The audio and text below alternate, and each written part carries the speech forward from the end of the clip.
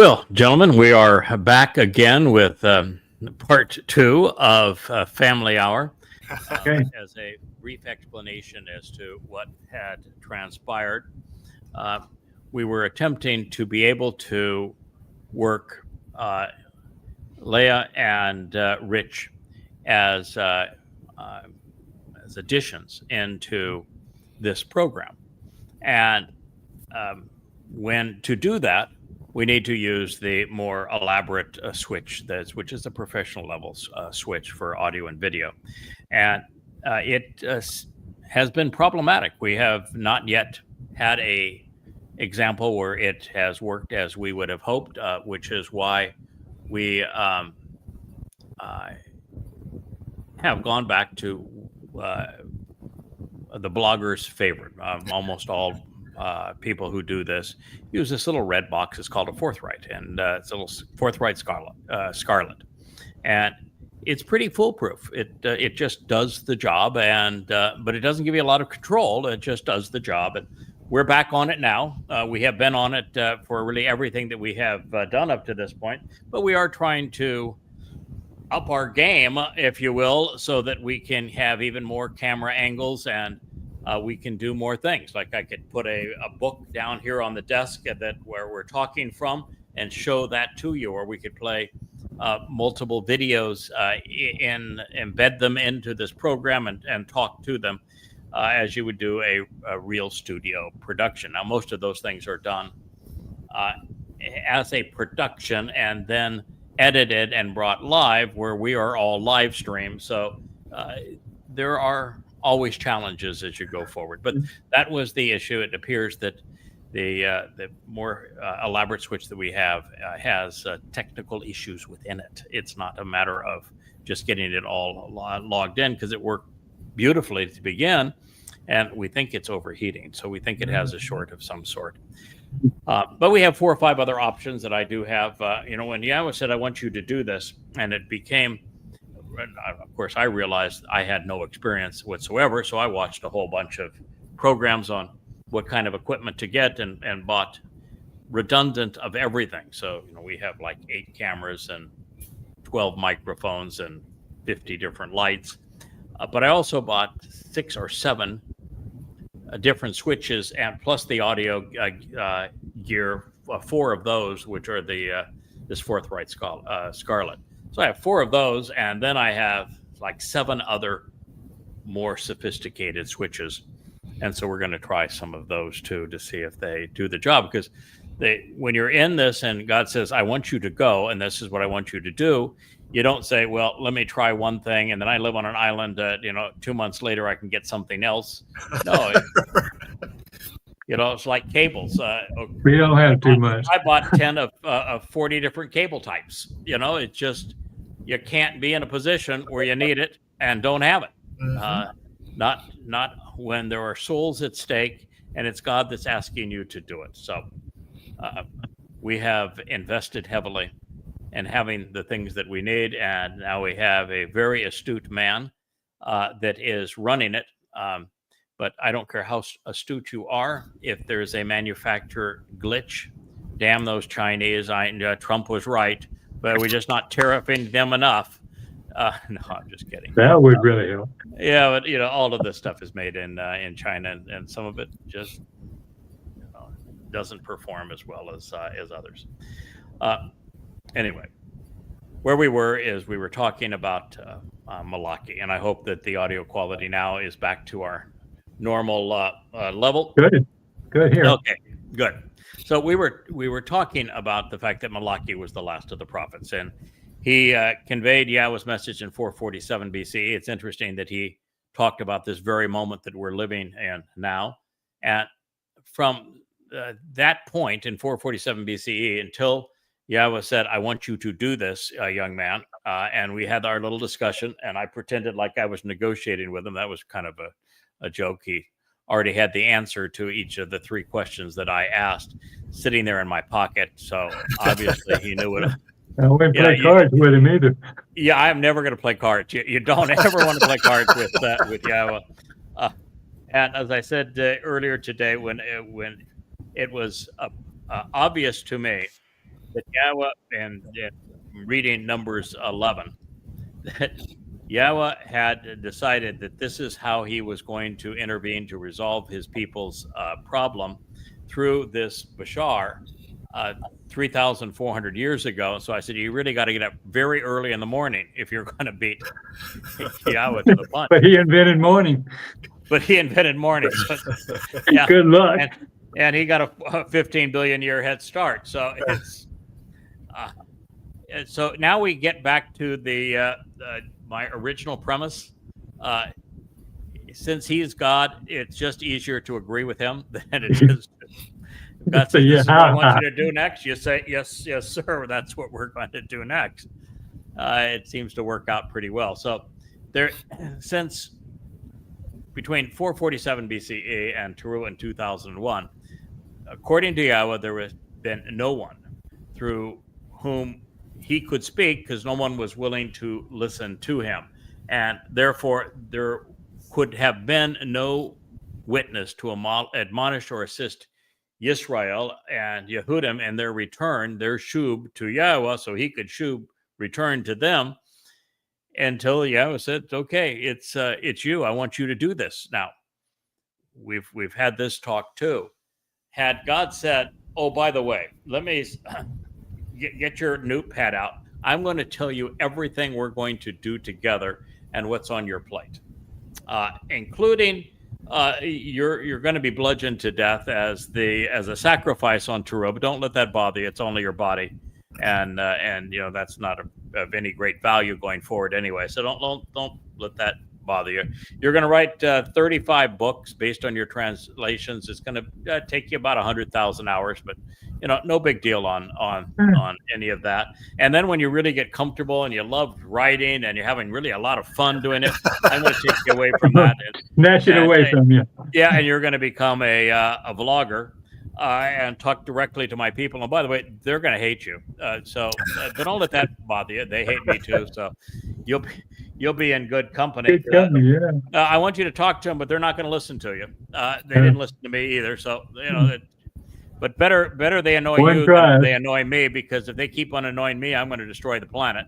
So I'm going to have you be annoyed rather than me be annoyed, because you're not really powerful enough to blow up the planet.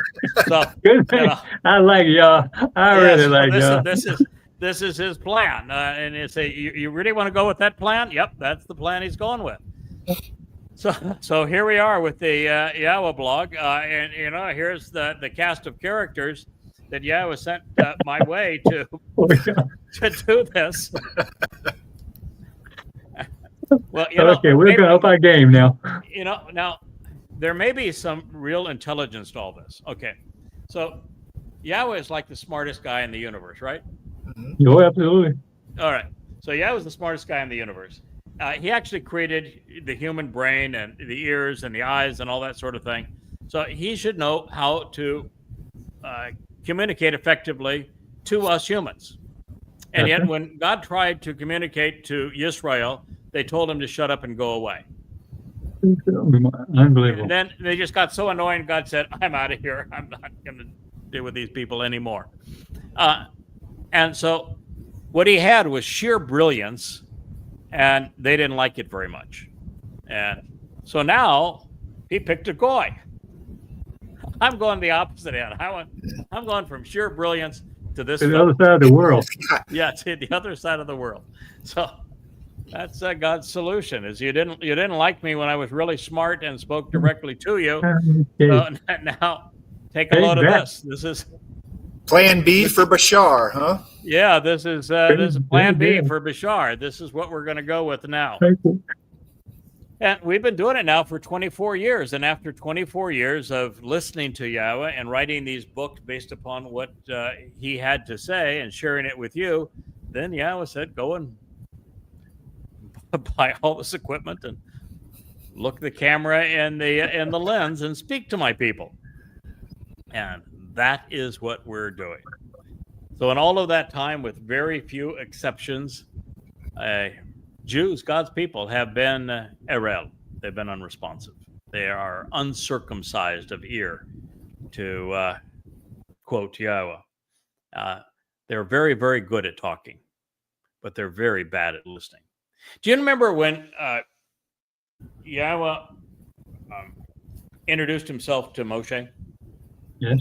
That whole burning bush thing, which turned out to be a burning crag. Rock.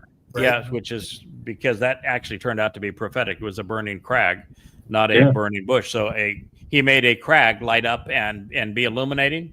Mhm. So that was a teaser That's for a the clue. miracle that he's going to accomplish through this crag.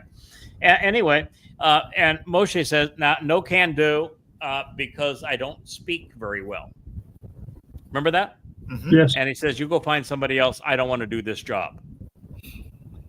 And what did Yahowah provide that said, all right, after he told him, listen, didn't I make the ear? Didn't I make the tongue? Didn't I make your mouth? Don't you think I'm capable of operating your mouth and communicating effectively? Last time I checked, I designed all these things. And Moshe wasn't easily convinced, but he had a history with these people. He knew that this was an impossible job. So he said he had history with them. And my history with Jews was actually very favorable. I've been a businessman, and every time I did business with Jews, it was wonderful. I Shake always their liked hand, you cut a deal, and they honored the deal. They were bright, fun, honorable, inventive people. So my experience was just the opposite of Moshe's. Moshe tried to help them, and they turned on him. So maybe that was a trick too, is that I'm going to find somebody that really likes my people. See how that works. That's funny. It really is funny. It does have a sense of humor. So what did he propose for Moshe? A blabbermouth. He said, "There's your brother." Aaron talks a lot. Yeah, he talks a lot. I'm gonna try a blabbermouth and see how that worked for you. So God's always got an answer. You're just not going to outsmart him. Sometimes he likes to toy with us. So Moshe got a blabbermouth, and what happened with the blabbermouth? I mean, he just did everything wrong. Yeah. In fact, that's the reason why. You know what Aaron means? The alternative. Lousy alternative. Yeah, he was a lousy. I mean, Aaron was a horrible human being. He just a complete mess. And so it was back to Moshe. And God says, I've got a sense of humor in all this. So here we are in the Yahowah blog, and I wasn't smart enough, evidently, to say I don't speak very well. I didn't use that as an excuse. I told you that when Yahowah said, I want you to do this, and we went through that whole pretense that I said, okay, can I negotiate? And he said, oh, absolutely, sure. What do you want, kid? Yeah, give it a shot, pal. Give it a shot. So, I gave him 3 things that I wanted, and he said, okay, Sure. Nope, fine with all that. Could you reach into your pocket, please, and read the answer? That, by the way, I wrote 3,000 years ago. Mm-hmm. Okay. There it was. And there it was. So here we are. I like this job, and I like the challenge of Jews. One of the things that I learned early on, and I've been in 175 countries, so I've seen a lot of people around the world. There is one thing that one group of people that I like more than Jews, and that's Israelis. And there's actually a difference between most Israelis and Jews. Israelis are tough. They have a little bit of a rascal to them. They don't back down. They're bright. They're industrious. Every encounter I've ever had with an Israeli has been spectacular. Now, I don't get along with the rabbis, although I did for a while. Now I'm their worst nightmare. And I have a problem with anybody who is a Marxist, socialist, progressive, because that is the politics of make-believe. And I don't like where it's gone, which is to serve as the pimps for Muslims. But the normal Israelite are my favorite people in the world. I love them. I've always loved them. I've always respected them. I always felt comfortable with them. I've always felt that I was a fairly strong-willed, aggressive, tough, straight shooter. And so my perceptions of how I've dealt all of my life, I see in Israelites. And so Israelis are my favorite, and I think that's part of God's deal here, is that he got really annoyed by them, and he says, so I'm going to pick a goy that really loves them, because so long as he can love them for the 32 years that we're going to work together, that'll be enough, and we'll get this done. All the while, I'm disgusted at the religious, so I have no problem in continuing to demean them. And you know, one of the things that God set as a standard, and you know, I like the fact that God sets a fairly low bar for what we're trying to achieve here. So when somebody sets a low expectation, you have a tendency to do well. One of the things I learned when I took my companies public is you under promise and over deliver. That is the key to success running a public company: under promise and over deliver. So you know, you're looking at a fellow like Elia. He didn't write anything. So if you're a writer and you love to write, well, you've got a leg up. That's a really good start. Elia was a student of religion and politics. He knew the religion of Baal and Asherah as better than anybody of his day. And so I now had an example that I could follow, and no one has ever been more effective at disproving religion, particularly the two most popular, Christianity and Islam, and then also Judaism, than I have been. So I had a bar set, and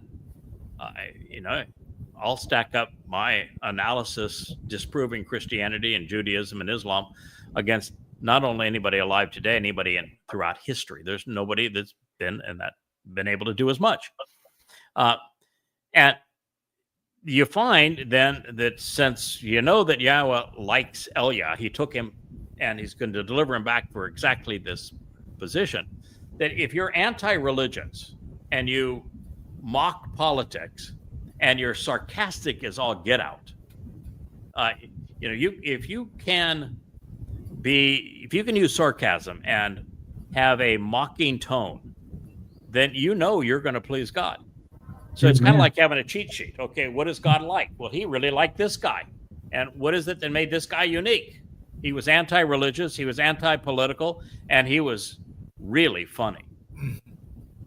So, that's the standard. And then you look at the guy that you would think would be the ultimate standard, and that's Moshe, right? Mm-hmm. Yeah. Moshe crashed and burned. I mean, Moshe. Yeah. I mean, a complete fold. Moshe in Numbers 11, Bamidbar 11. I mean, it's just, I can't stand these people. I can't deal with these people. You've been grossly unfair to me to ask me to try to lead them. No one can lead them. And because no one can lead them and you've given me an impossible job, I just as soon you kill me and try to continue this way.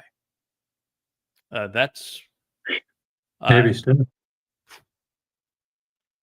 And so you're knowing that Yahweh said he is the greatest of the prophets, and Yahweh communicated the Torah through him and led the people to the promised land with him. And so Yahweh has a very high regard for Moshe. Yeah. And that's a bar that I can step over. That, we're playing limbo, and you get to step over the bar, and this one's about ankle high. That one, we can all exceed that level. So, and then you look at Dod. God, I chose him. I love him. I anointed him. I empowered him to be king. He is my son. I'm his father. You can't be in a better position with God than Dode. He even says he's coming back as brilliant as the sun. He's going to be Elia, God in my presence. And oh my goodness, did he ever have his blunders? More flaws than the hairs on his head. Yeah. Yeah. So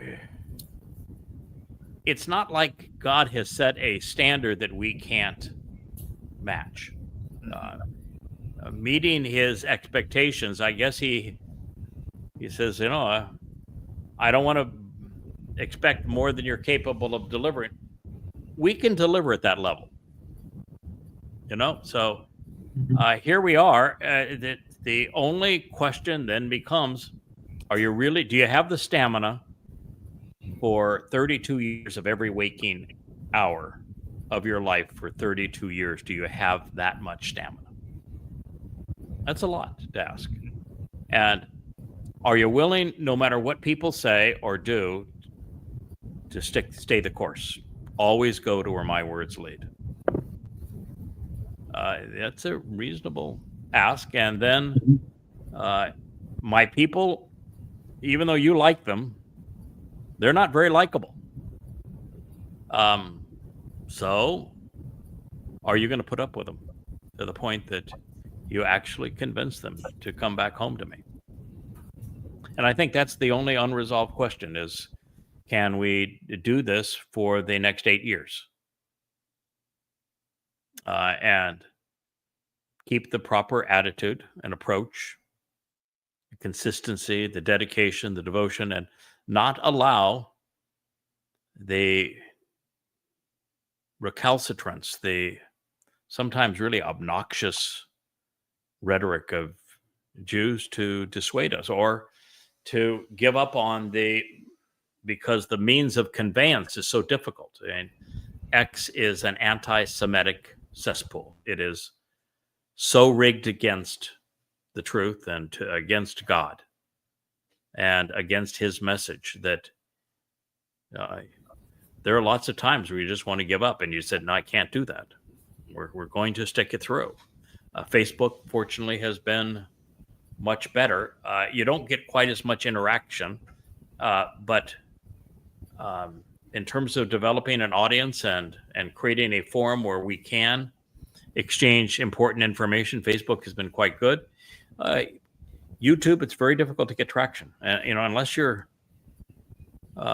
trying to influence people over really horrible things, it's tough to get traction in that environment. So anyway, we're devoted to it. We're going to stay the course, but you've got to recognize Yahweh has a sense of humor, and this is easily the greatest miracle that he's ever pulled off. I think it's why he afforded 7 spirits to the Choter. This is God's greatest miracle, is to make us as a covenant family effective in doing what he failed to do and Moshe failed to do and Dode failed to do. Yashaya failed. Hosea failed. By his own admission, Shamuel failed. Solomon obviously failed. They all failed. Well, the more I read, the more I see that so much of what they were talking about and written wasn't written for their audience. It was written for today. I mean, you say this is all in that. Yeah. What we're seeing in the Torah is, and even going back through Numbers 11 and 12 and 9, so much is written about this time and what's happening now, and a Choter and an Akar and a Nesh Banner and a Bashar, that those folks, I don't know that they had a chance to get it because it was written for us here and now, Yeah, I would go as far to say as the explanation of the nature of the covenant. There is no one until I engaged with Yahweh that understood that it had 5 conditions and 5 benefits and how one engages in the covenant. So that narrative was written for us now because it didn't do anybody any good up till now. Mm-hmm.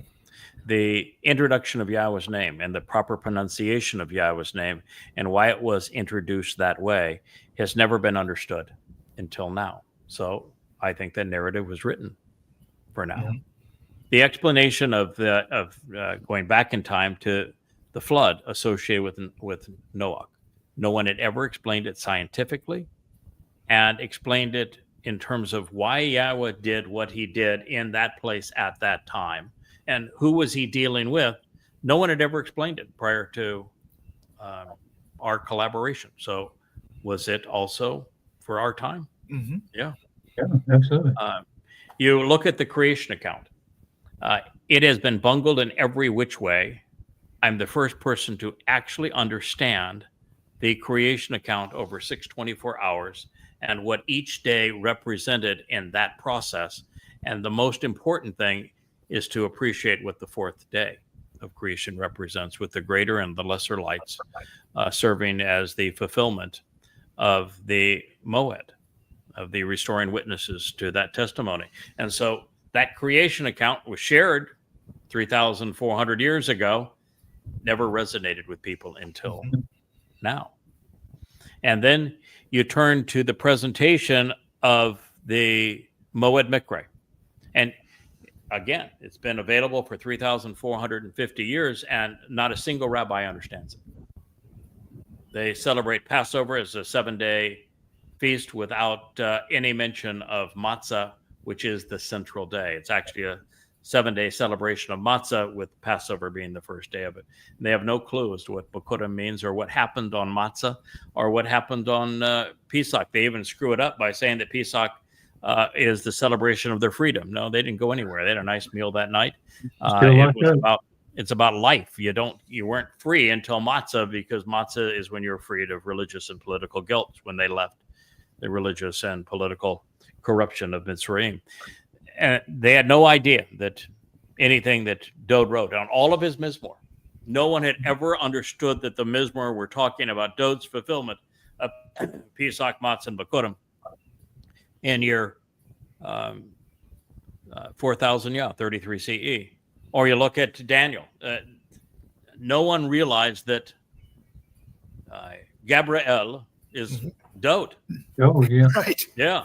And he's explaining what he's going to do and what this means. And then actually to do the math that takes you to the proper time. And then once you know that that date is Chag Matzah in 33 CE, you now know that 33 CE is year 4000 Yah, and that 1968 BCE is year 2000 Yah, that Abraham and Yishak performed the dress rehearsal for that event in 33 CE, and then you can go 40 Yobel forward to 2033, and now you know the timeline of when God's going to return. No one had ever done that before.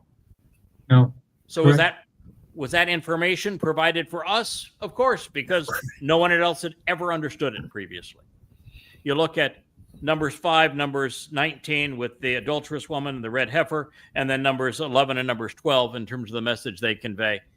Heretofore, not a soul on the planet ever understood any one of those 4 chapters. So were they written for people not to understand them, or were they written so that we could not only comprehend them, but explain their meaning to God's people at this time? I believe the latter, yeah. So what we're finding is that everything was written for this time, because this is the most important time. You're either now going to be part of going forward with Yahowah or not. Mm-hmm. And so, yeah, that is part of it. But imagine God saying, my people won't listen to me, so I'm going to find a goy who has no training in any of this, and he's going to learn to translate Paleo-Hebrew. He's going to do so from the oldest extant sources of the Dead Sea Scrolls, which, by the way, I'm going to publish the year that he starts. I'm going to make those scrolls available the year that he begins. Just by chance, of course. Right.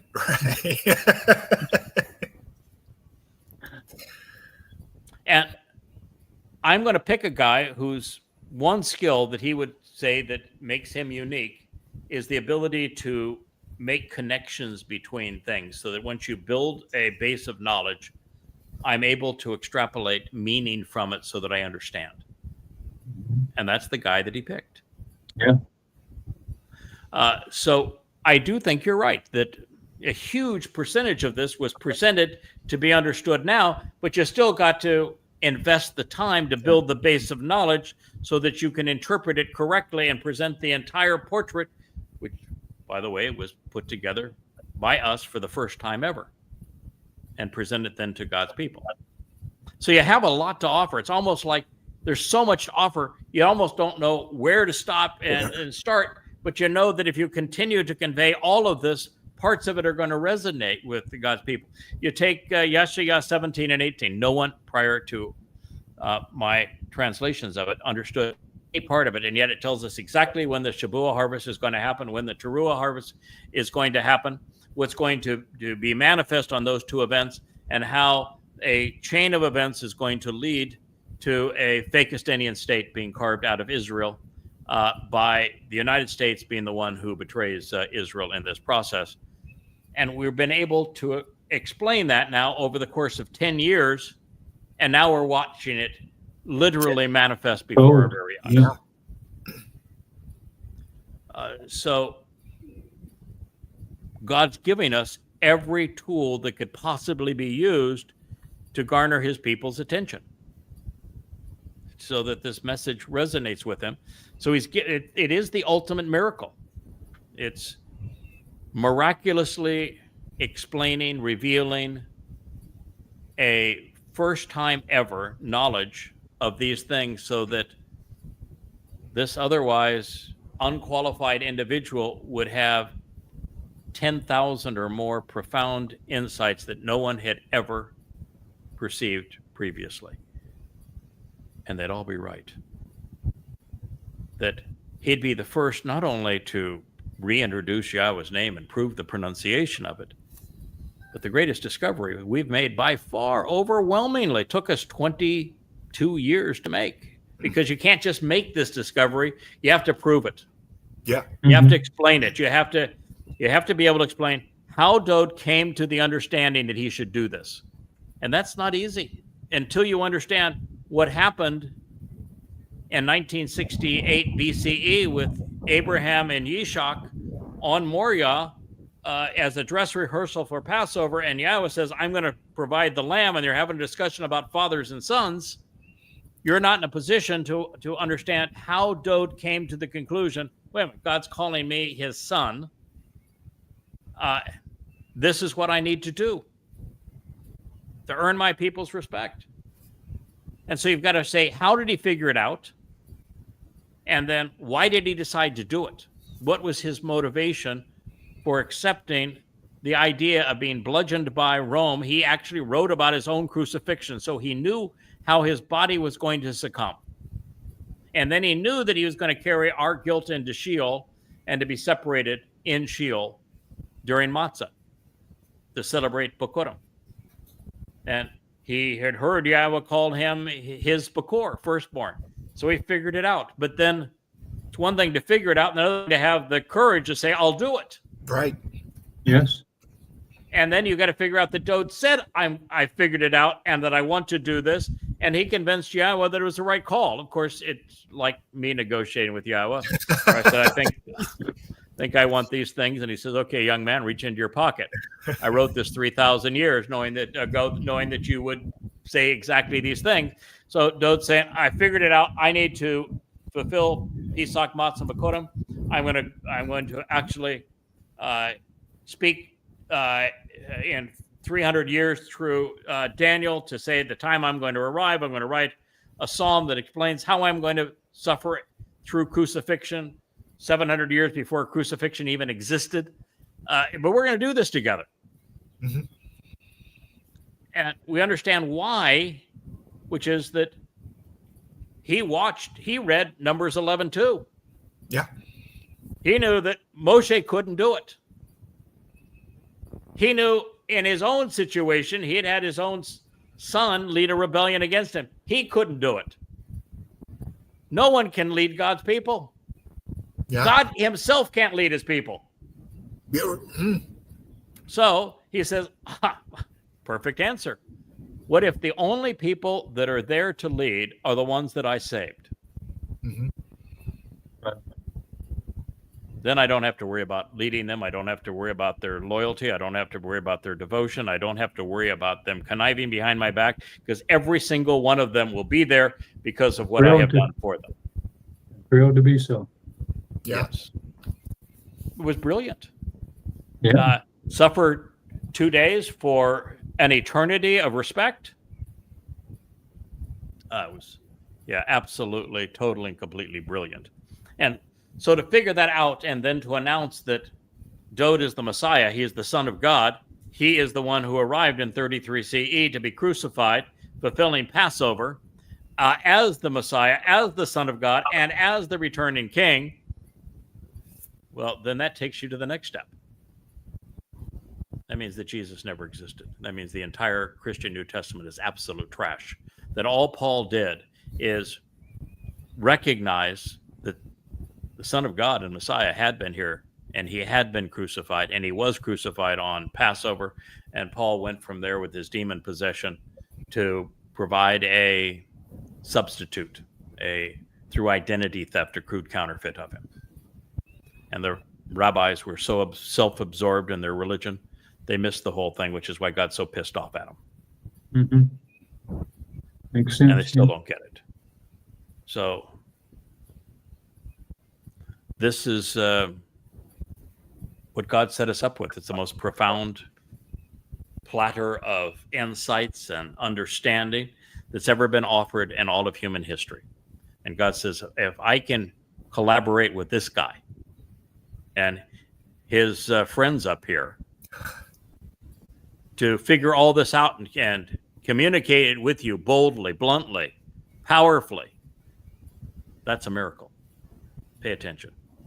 There's no other explanation for that than it is the ultimate miracle. The Bashar, the Choter, the Nakri, Yada, is a miracle from God. Yes. And there is every reason to acknowledge that this miracle from God did not begin 24 years ago in the wake of 9/11 in 2001, when God reached out to me on Towrah in 2001 and asked me to do this. Because he's written about what we were going to do together for 3,400 years. So we go back a long time. I'm not liberated to know all of it, other than I have witnessed myself in the story much earlier. We were talking before this program began, and I was having a lovely conversation earlier today with my beloved friend Jeff, and he is now enjoying a budding relationship with another covenant member. Two covenant members that found each other, and it's a wonderful thing to experience for them. And she asked me, so you're going to talk about Numbers 11 and what you found? I said, well, Numbers 11 is part of Coming Home 4. I wrote Coming Home 4. This program we're delivering right now is derived from Coming Home 4, which is the last book that I'm writing, and we're going to get there. It might be now 75 pages ahead of where we are right now, but there's a place in it, in Numbers 11, where after God gives up on Israel and Moshe gives up on Israel, that God presents the answer. Mm-hmm. And he says, the two people that are inspired by the Spirit, that just are speaking for me and are living in my home, are Eldod, God's Dowd, Eldod, and Medod, Dowd's supporter and friend. Right. Those are the two guys. Right. And you go, holy mackerel! You're telling the world how you're going to resolve this problem. Dowd's going to serve as the Passover lamb and fulfill matzah and Bakudim, and then you're going to have his helper Medod fulfill Shabbat, Towrah, and serve God's people up as the other sacrificial, the red heifer, for God for their return on Shabuah, and now the greater luminary has a lesser luminary. The sun has a moon to reflect his light. That's how I'm going to do it. And he's talking about it 3,400 years ago. Oh, all three Zeroah in the tent when Moshe has his meltdown at the same time. Isn't that something? All right. All three. Yep. All Does three. anybody know who the three Zeroah are? They were all there in the tent at the same time. And you know what's also interesting? At that moment, Moshe had 1/70th of a Ruach of Yahowah. 1/70th. Mm-hmm. Dode was given the Ruach of Yahowah. Mm-hmm. It doesn't even say the Ruach of Yahowah, but the Ruach. Right. That stays with him for his entire life, which means the Ruach was actually there with him in Sheol, protecting his soul in Sheol. Yeah. And then that last guy, that Zeroah, he must have been a really needy fellow because he has had a lot to do. seven Ruach. And one of those Ruach, and Leah.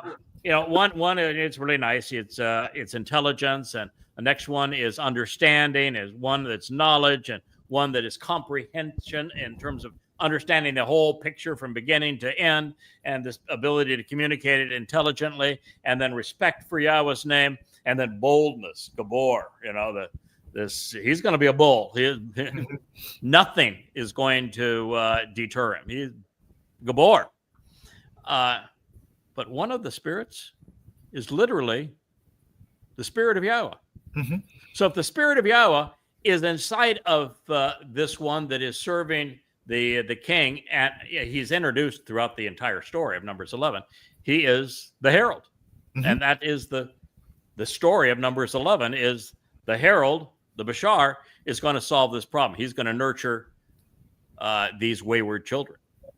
Yeah. And so here you're reading a story that you're in, and the story was written 3,400 years ago. Mm-hmm. God's got a different way of managing time than we do, but still, it's a little mind-bending, isn't it? It is. Mm-hmm. Yeah. So this is why we're sharing this message. It's why we're undeterred when fancy switches don't perform as they're supposed to, and we come right back. Yeah. There is nothing that is, in fact, when Yashaya, who wrote the textbook on proper chotering, and the Choter was first introduced by Dode, which means that Dode read about himself, God's Dode, in Numbers 11, and he read that he was going to have a May-Dode, which is the one supporting him as Dode, and both filled with the Spirit, both coming out of the home of God, both as restoring witnesses. He read about this 3,000 years ago. He knew what we were going to do. So when Dode wrote the 14th Mashal about the Choter, he already knew him. Yeah. So it's they were to be known by Dode 3,400 years ago. Well, actually known by Dode 3,000 years ago, written 3,400 years ago, and I'm not quite that old. Yeah, I'm not quite that old. So it's really it's just fascinating how prophecy works and how God can present these personalities way back in time and explain how he's going to resolve these issues. So he's got it all worked out. He says, okay, you didn't like me when I talked to you, and you didn't like it when a Lowy talked to you, and you didn't like it when a Yehud talked to you. You didn't like it when he was a prophet. You didn't like it when he was a Messiah and king. So I'm going to have none of that. The next guy that's going to talk to you is going to be none of those things. Bat and cleanup. Yeah, bat and cleanup. Yep. So here we are. Jews, you may love being religious, but I love Yahweh, and I love Yehudim and Israelites more than you love your Talmud. And I'm going to tell you that I'm going to prevail. You know, today I saw a number of videos. I've seen this guy before, but it's a guy claiming that he is the Mahdi. Mm-hmm. And he claims that he is Jesus and Muhammad for our generation. And he presents himself as an Ezekiel type in front of a new temple. He presents himself in front of the Kaaba. You know, he is the I am all religion for all people sort of a guy. And it's the Mahdi has arrived is his handle. And he's, you know, got his religious garb on, and he's kind of all sinister but yet soft-spoken. He does really a glitzy job of his videos. They're all glitzy. The religious are going to eat him up. And you realize this is as close to what we have seen as a corporeal manifestation of Hasatan, the man who will approach all religions as the embodiment of all religions. And you say, okay, well, that's, you know, this could be the guy that I'll get to spar against, and that Elia and I will get to spar against. And you know, we're moving up on that time when he will be disclosed. Now, all real. Yeah. So fortunately, where there are instructions to be grasped, and we've had plenty, and people to teach, and obstacles to be swept away. You know, this is one of the things that that I was reminded of when our technology didn't work, and we had another glitch earlier this week where we lost the audio stream. That was not a technical glitch. That was Asher's tail for the audio stream failing. Our dogs. There you go, Asher. Yeah, where our problem there is our dogs were too happy with us. So, you know, if you create a happy environment for your dog, something's going to happen with their tail sooner or later. Obstacles. Do you know that in Yahowah, when he's writing the textbook on how to be a Choter, he says that one of the Choter's primary tasks as the voice of God for our time is to clear away all the obstacles and have a raised highway from man's world to God. So we are in the business of clearing away obstacles. Now, to be in the business of clearing away obstacles, what does there have to be? Well, there has to be obstacles. There you go.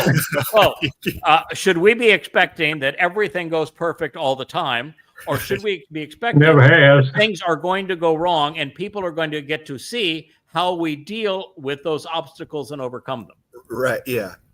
Yeah. So when Yahweh chose somebody to represent him, is this person going to have a perfect life where everything went just fine, or was this person have to overcome some challenges in their life? Hey, you got to get some experience. Yeah. Yep. So it is interesting to see that almost every member of the covenant family that shared their testimony has overcome obstacles. Because that's how you develop character. That's how you develop grit. That's how you show that you can be trusted. Next time an obstacle's there, you'll know how to handle it. But it is obstacles that we must overcome, and how we deal with them should communicate loudly, boldly to God's people. And if there are no obstacles, if everybody just, everybody rolls over in Israel and says, oh yeah, that's obviously true. It's Yahweh's name. We've got no argument with that. And yeah, Dode was the Messiah. Clear. God said he was the Son of God.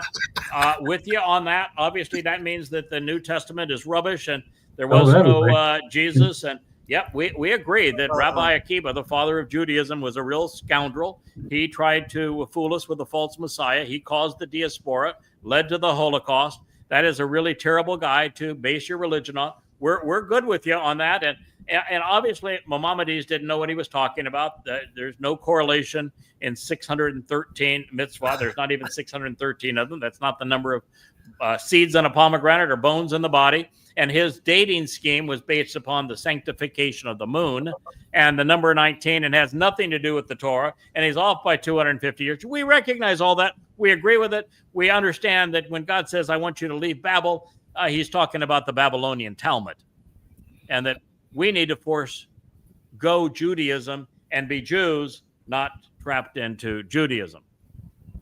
No problem with all that. We're good with you on all of that. We're going to celebrate the Moed Mikre as they were intended. We were going to accept the terms and conditions of the covenant just as God wrote them. We're with you all the way. Is that what we should expect? And then this weekend, we just all go home together. Right. Yeah. Love for that to happen, but that's exactly the opposite of what God says. Not 1 in a million in that, is there? Yes. Yes. It's exactly the opposite of what God says. It is by overcoming obstacles, that's being steadfast. It is by us following God's example, seeing it through. And look at even Moshe. He fell flat on his face, but he still saw the job through, didn't he? Mm-hmm. Yes, he did. He got He back got him up to the door. Yeah. and he got him to the door. And so that's what God's looking for. And, when he chose us, he knew we would stay the course. Yeah. And that the obstacles for us were challenges to be resolved. And so there are obstacles to be swept aside. There are challenges to overcome. There's an opportunity at every new day. And even if others don't see it, we do. And we see it, we appreciate it, we love it. And we also know that in this mission of awakening God's people, we aren't tasked here to save 8 billion people. Mm-hmm.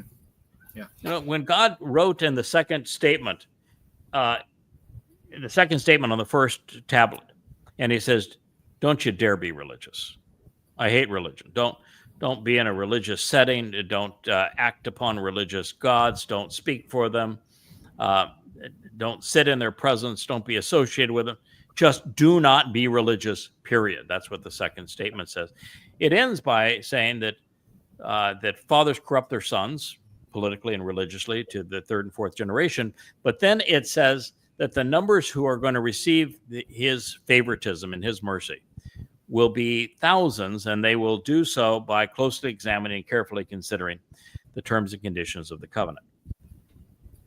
And I've said this before, thousands amongst billions is what? 1 in a million. Right.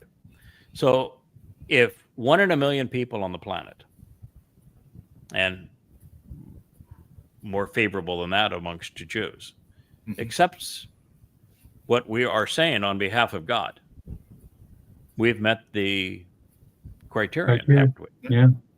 So anything beyond that is exceeding expectations. So maybe this is God saying, "I know how this works too. I'm going to underpromise and overdeliver."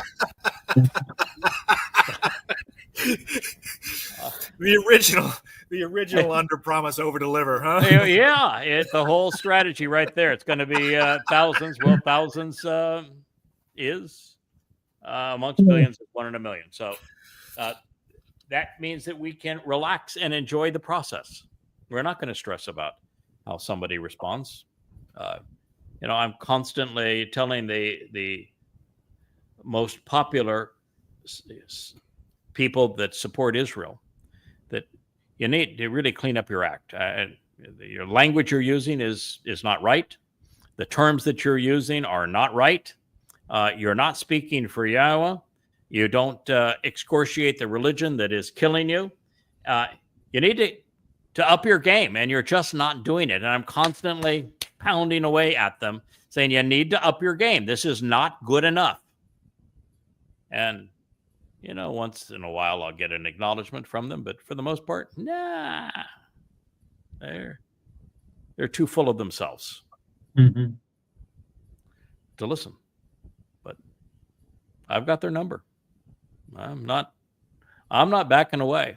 And we know that ultimately there's a meaningful number of very interesting people.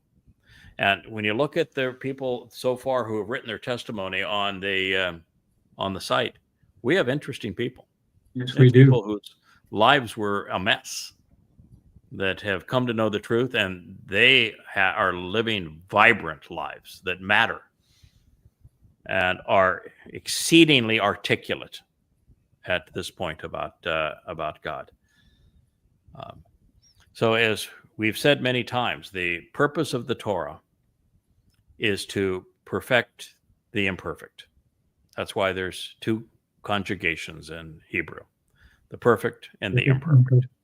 And so the whole purpose of the Torah and of the Moed Mikre and of the covenant is to perfect the imperfect. That is what Dowd did when he carried our guilt into Sheol, and we are the beneficiaries of it, but we are not selfish. We know it. We gain everything by it. We're inheriting the universe. We are sons and daughters of the living God. And yet our motivation isn't to say, well, better that, there's a handful of us and then we get all of God's attention and more of the universe. Exactly the opposite approach.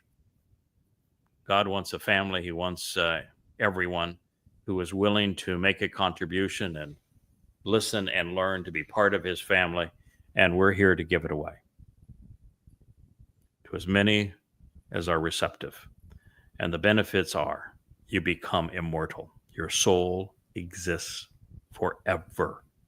You're not dealing with 70 years or 700 years or 7,000 years or 7 million years or 7 billion years. You're dealing with forever. And right now we have imperfections.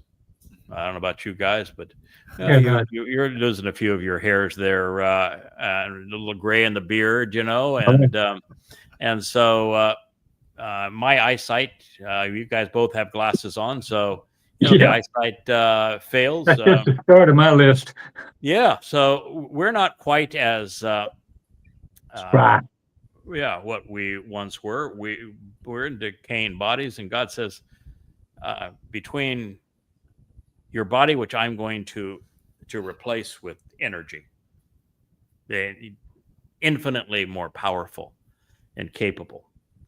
But I'm also going to take everything you've ever done wrong in your life. I'm going to carry it off into Sheol through Dowd. And we're going to deposit there, never to be seen again, which means we're in the perfect of all places. Rather than being forgiven for things that we have done, there's nothing that we have done that is inappropriate that God even is recognized. So all he sees is the good in us. That's why he saw the failure in Abraham is so wonderful. It's why he saw the failure in his beloved son, Dowd, as being so wonderful, is because he took all of the things that were less than perfect and got rid of them. So all he sees is the good in us. That's why he's so pleased with us.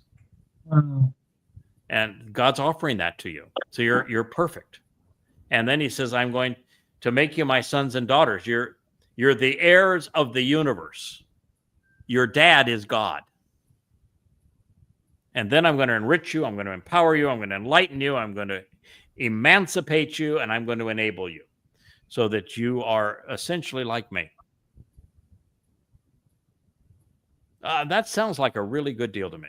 Sign me up. Sure. And then you have your inheritance is all God has to give, which is not only this universe, but also Shamaim in the seventh dimension, which is infinitely bigger than the universe that is infinitely large. Yeah. That's not going to get bored. Yeah. So we're going to continue to share it. I think eternity is more interesting with more people, so long as they're of the same mind, the same attitude, have attributes that will make it interesting. God wants people who are steadfast, who are going to be consistent, who like to work, who enjoy the challenges, love to learn.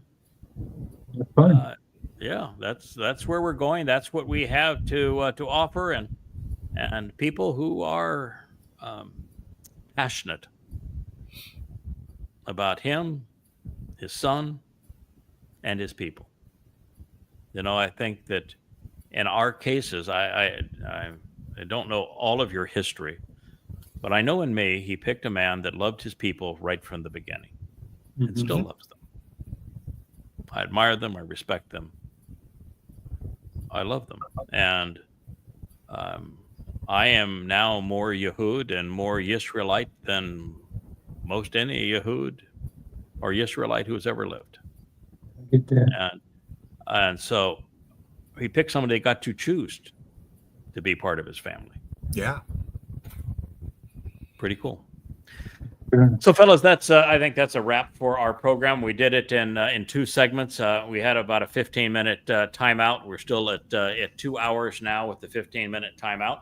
I'm actually kind of glad we had the intermission.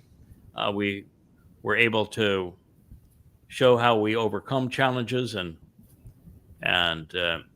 really focus on what matters. And I think that this conversation, which has been about 99% extemporaneous this evening, is helpful because Yes, we've sir. had a very candid conversation about how God is choosing to work and to get his people's attention at this time. And quite frankly, I think it's the greatest miracle God's ever done.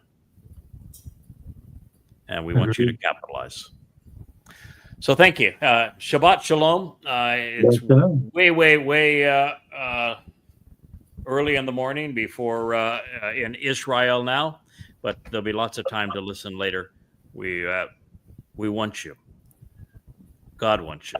Your King wants you to walk away from religion, to stop trusting and relying on your political leaders and even your IDF, and to trust and rely on him, come back to him, return to him for the first time in 3,400 years and experience the excitement, the enlightenment, the enrichment, the empowerment, the sheer joy of fun of sharing your life with Yahweh, the creator of the universe, the author of life. Thank you for listening. Happy Shabbat to one and all. Good night.